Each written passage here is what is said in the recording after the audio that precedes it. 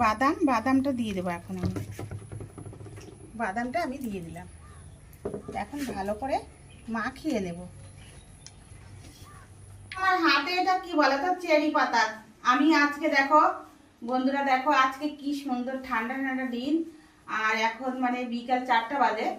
তো খোকা বায়না ধরলো যে মা আমি ফুচকা খাবো, তার জন্য দেখো আমি চেরি পাতা নিয়ে নিয়েছি। এই দেখো এক থালা কিন্তু। আর দেখো কড়াইতে কিন্তু আমি তেল দিয়ে দিয়েছি। আমি চেরি পাতাটাকে প্রথমে কিন্তু আমি ভেজে নেব।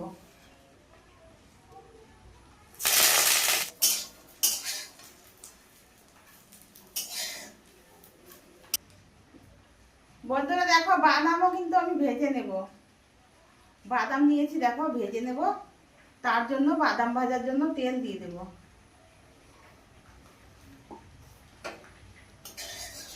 আমি ভালো করে নেড়ে চেড়ে বাদামটা ছেড়ে দেব।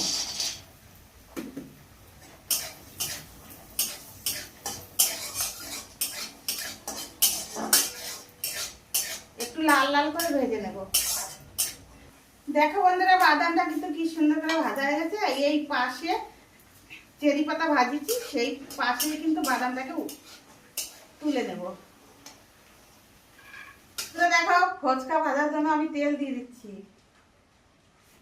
সাদা তেল দিয়ে দিচ্ছি। সাদা তেল, গ্যাস হবে না তার জন্য।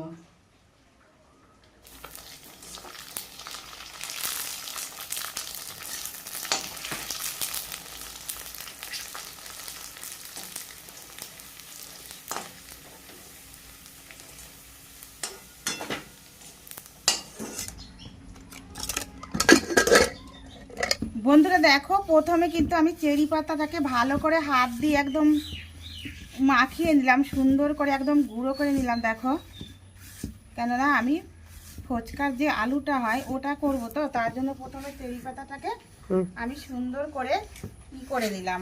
দেখো একদম আমি দিব নুন পরিমাণ মতন দিয়ে দিলাম। তারপরে আমি দিয়ে দেব ভেজে রেখেছিলাম এই দেখো শুকনো লঙ্কা আর তোমার বাদাম। তো আমি শুকনো লঙ্কাকে ভেঙে নিই, প্রথমে ভেঙে নিলাম সুন্দর করে। দেখো কি সুন্দর করে দিলাম। এখন আমি এই দেখো সিদ্ধ আলু রেখেছিলাম, সিদ্ধ করে ওটা আমি দিয়ে দেব।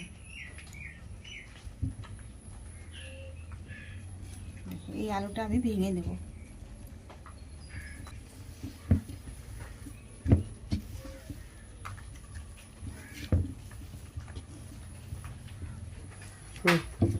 দেখো বন্ধুরা কি সুন্দর করে আমি মাখিয়ে দিয়েছি। দেখো